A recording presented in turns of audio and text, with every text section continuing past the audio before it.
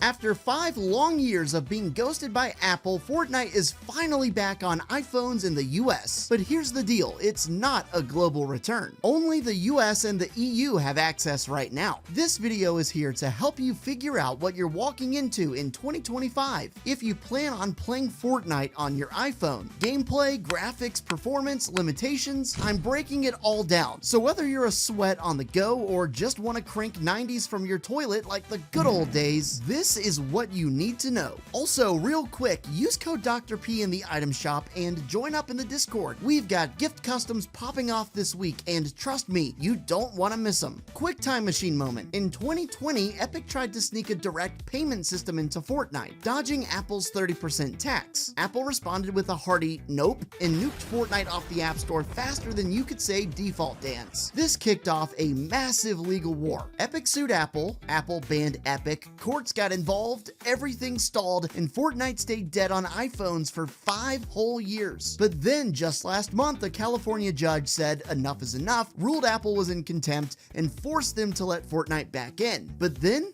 Apple went silent. For over a week, they straight up refused to approve the app, even though the court had already ruled against them. Just crazy levels of pettiness. It wasn't until yesterday, at the time I'm recording this video, May 20th, that under mounting pressure, Fortnite was finally restored to the US App Store. But it is not over. Apple is already appealing the ruling, so yeah, Fortnite is back, but it's held together with legal duct tape. But now on to what actually matters. What's inside of Fortnite iOS in 2025? Surprisingly, it's the full experience. You're getting Battle Royale, Zero Builds, Creative Mode, Lego Fortnite, even the entire Galactic Battle event with lightsabers and Star Wars loot. You log in with the same Epic Games account, and your progress, skins, and Battle Pass all carry over. No mobile weirdness or alt accounts required. If you're returning after a long break, get ready for major whiplash jumping straight from Chapter 2 to Chapter 6, but content-wise, you're not missing anything. You're on the same servers as everyone else. You can play using either standard touch controls or full controller support via Bluetooth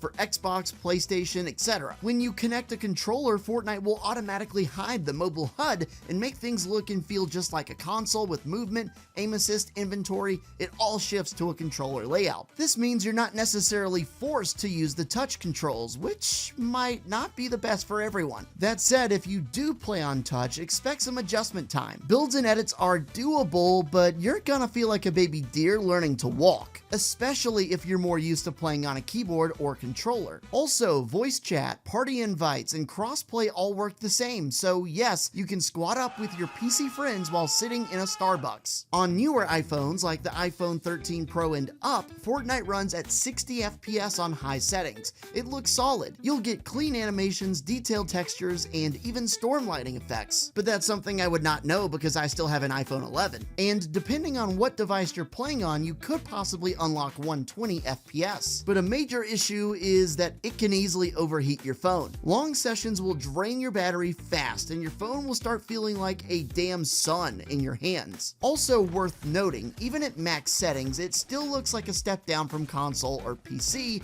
but that's to be expected. Shadows are softer, draw distance is reduced, and some textures are just meh. But for a pocket device, it's extremely impressive. Here's where things get a little bit weird. Finding Fortnite on the App Store is annoying. It doesn't always show up in search. You sometimes need a direct link, which I will put in the description of this video. You'll also need to be running iOS 17.4 or higher and have at least an iPhone 11 or newer. Looks like I just made the cut. If you're outside of the US or EU, you can't even download the app at all. If Apple wins their appeal, Fortnite could disappear from the App Store again, so download it now while you can. The community has been very excited. Fortnite shot to #1 on the App Store overnight. Players flooded X with memes, jokes, and pure hype. Tim Sweeney straight up tweeted, "We back fam," but there's also a lot of skepticism. Lots of people are side-eyeing Apple, worried this is an extremely temporary measure. Others are just mad that regions like the UK or Canada Canada are still locked out. But overall, most mobile players are just thrilled to finally be back in the loop. If you've got a modern iPhone, controller, and decent Wi-Fi, Fortnite on iOS in 2025